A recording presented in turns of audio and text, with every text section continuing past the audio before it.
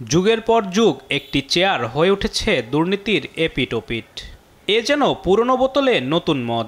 বলছিলাম বেসরকারি বিমান চলাচল কর্তৃপক্ষের চিফ ইঞ্জিনিয়ার পদটির কথা। দেশের অন্যতম গুরুত্বপূর্ণ একটি খাতে বছরের পর বছর চলছে মেগা দুর্নীতি।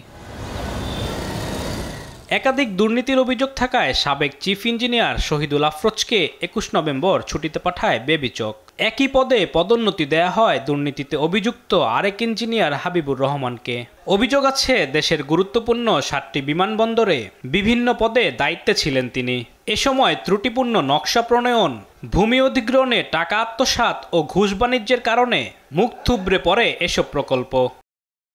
অভিযোগের বিষয়ে জানতে হাবিবুর রহমানের মুখোমুখি হতে চাইলে বিভিন্ন অজুহাতে দেশ টিভির প্রতিবেদককে এড়িয়ে যান তিনি।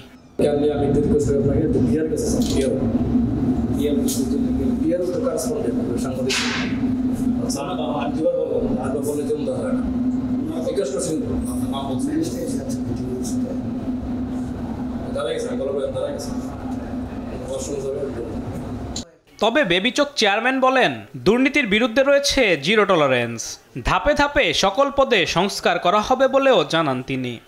আমরা এখানে আসার পরে বলেছি করাপশন জিরো টলারেন্স, এবং করাপশনে যদি কেউ এনগেজ হয়ে থাকে he will be penalised, he will be punished, এবং এখানে সিভিলিয়ান থাকতে পারবে না। যেটা পর্যায়ক্রমে আমরা করছি, একবারে করলে পুরো অর্গানাইজেশন যদি একবারে আমি সংস্কার করি তাহলে ডিফিকাল্টিস তৈরি হয়ে যায়। ক্লিয়ার মেসেজ হচ্ছে যে আমাদেরকে করাপশন ফ্রি হতে হবে। সিভিল এভিয়েশনকে একটা অত্যাধুনিক এবং সুন্দর এবং করাপ্ট ফ্রি একটা অর্গানাইজেশনে করে একটা ইন্টারন্যাশনাল স্ট্যান্ডার্ড নিয়ে যেতে হবে, যাতে সবাই এটাকে এক্সাম্পল হিসেবে গ্রহণ করে ভবিষ্যতে। এর আগেও দুর্নীতিতে অভিযুক্ত সাবেক চিফ ইঞ্জিনিয়ার আব্দুল মালেকের বিষয়ে তদন্ত করছে দুদক। আলিমুজ্জামান সাফওয়ান, দেশ টিভি, ঢাকা।